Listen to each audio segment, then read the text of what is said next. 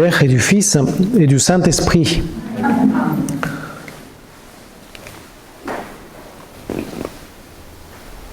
Pour la belle célébration d'aujourd'hui, ce qui nous rassemble, c'est la fête, la solennité de Saint Joseph. Et je voudrais aujourd'hui, d'une manière simple mais profonde à la fois, en profitant que vous êtes nombreux pour cette célébration, en profitant la présence des sœurs apostoliques ainsi que les sœurs contemplatives qui prient toujours pour nous, enfin je l'espère, et en profitant que moi comme membre aussi de l'Institut de Verbe incarné, je suis présent aujourd'hui, je voudrais revenir sur cette figure puissante et actuelle à la fois qui est Saint Joseph. Et surtout, je voudrais attirer votre attention sur deux vertus que je pense qui sont unies et sont des vertus qui sont assez actuelles et que nous devons travailler assidûment. Et c'est la vertu du silence qui a eu Saint Joseph dans sa vie.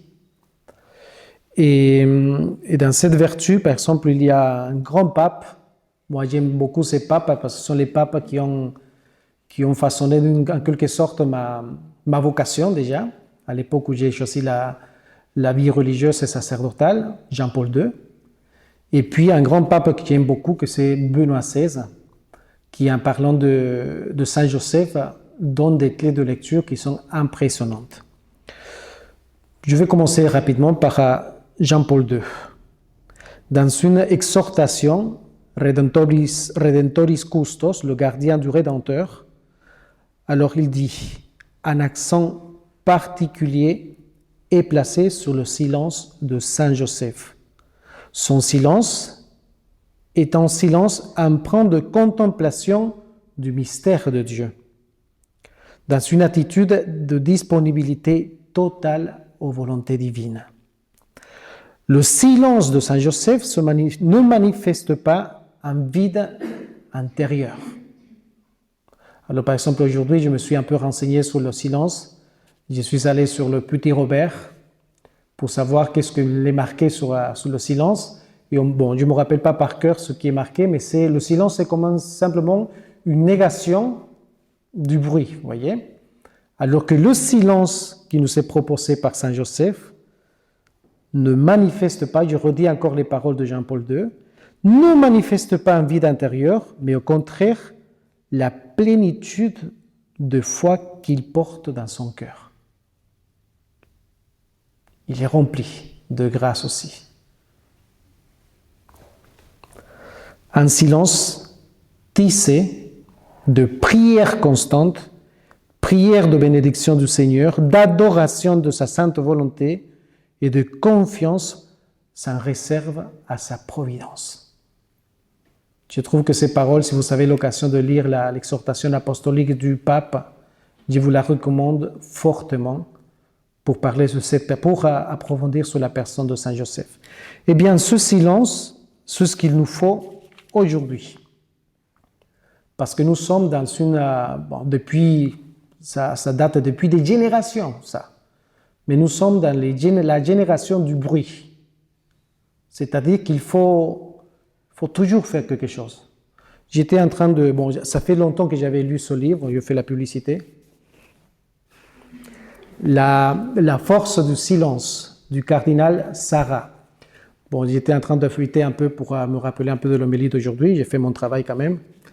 Et il dit par exemple que, en prenant un texte de Romano Guardini, il dit que les plus grandes choses, les plus grands événements de l'histoire du salut ont été faits dans le silence. Dans le silence du néant, Dieu a créé.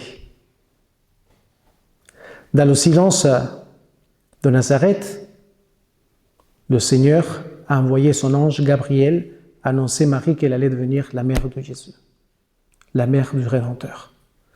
Dans le silence de la prière de Jésus, c'est après ce silence qu'il va choisir ses disciples.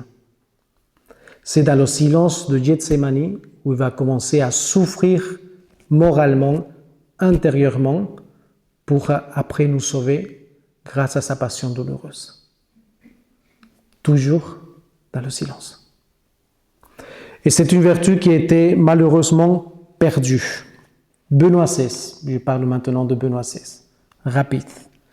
Dans une homélie de l'année 2010, c'était pour le centenaire, je pense, de la naissance du pape Célestin V.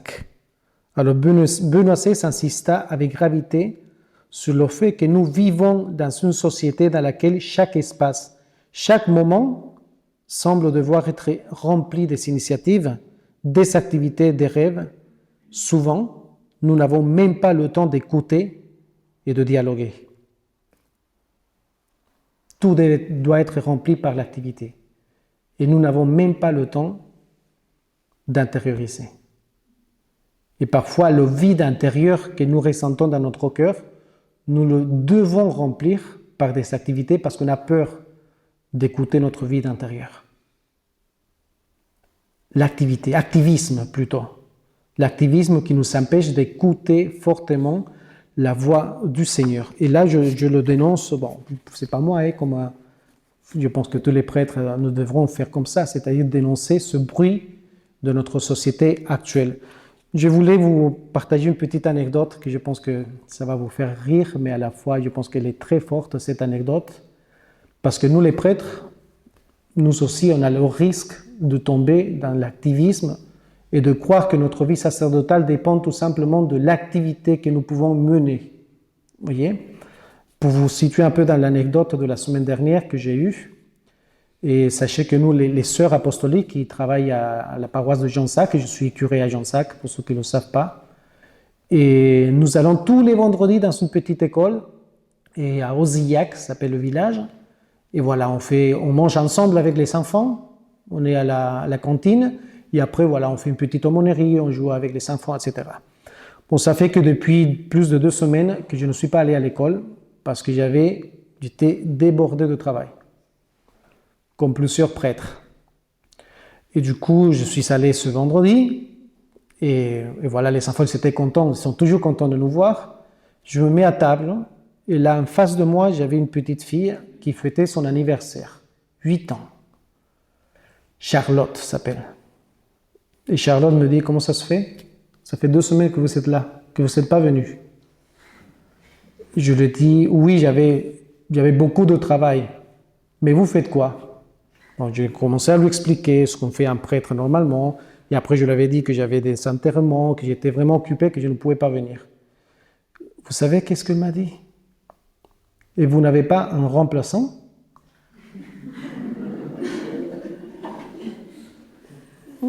Mon père, en plus que vous venez juste une fois par semaine, si vous ne venez pas les vendredis, on ne vous voit pas. Alors une petite fille de 8 ans m'a dit, il faudrait quand même apprendre à déléguer, non, mon père ? 8 ans. La petite Charlotte de 8 ans m'a fait la morale et m'a vraiment cadré sur ce qui est important. Alors j'ai rigolé, mais sincèrement, je vous le dis avec tout mon cœur, ça m'a fait beaucoup travailler là, cet échange avec cette petite. Et de me dire, est-ce que parfois, on donne plus un accent sur l'activité que nous devons faire que sur la mission et le contact avec les gens, mais surtout le contact que nous devons avoir envers le Seigneur.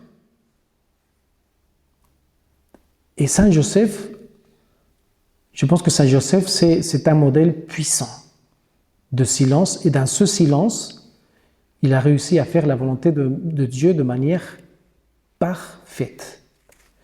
Et finalement, je voulais terminer cette petite homélie en vous parlant rapidement, promis, de cette deuxième vertu qui vient avec le silence, et c'est la vertu de la confiance. Parce que si nous sommes vraiment dans le silence et dans cet abandon total à la volonté de Dieu, forcément, nous aurions une confiance totale en Jésus. Joseph fait confiance à Dieu. Quand il écoute son messager, l'ange lui dira « Joseph, fils de David, ne crains pas de prendre chez toi Marie, ton épouse, L'enfant qui est engendré en elle vient de l'Esprit Saint. Et Joseph a écouté et a accompli la volonté de Dieu avec un cœur confiant.